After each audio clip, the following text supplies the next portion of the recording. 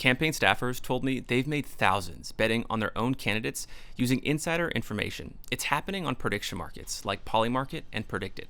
These are new financial exchanges where billions are being bet each week on culture, sports, and even elections. One staffer told me they got a tip about an unreleased poll that had their candidate up by a lot.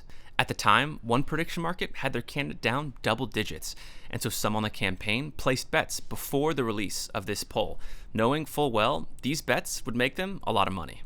I was told by this staffer it would have been, quote, foolish not to use insider information to make these bets. This is the first confirmed and reported instance of a campaign staffer using insider information to bet on their own candidate and make thousands. The staffer I spoke with worked on a statewide campaign in the South. Now, they spoke to me on the condition of anonymity for fear for their future employment. The staffer said these sorts of bets were commonplace on this particular campaign and the ones that followed. I spoke to someone who worked at the Commodity Futures Trading Commission.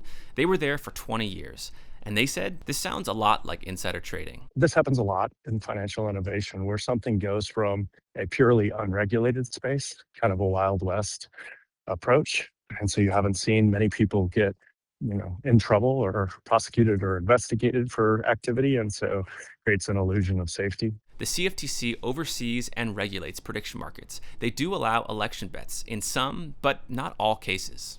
In Washington, lawmakers are taking notice, banning the use of prediction markets in the Senate. But the efforts have been patchwork at best, and it is an election year where candidates are winning and losing races that decide who wins elections and who makes money on prediction markets.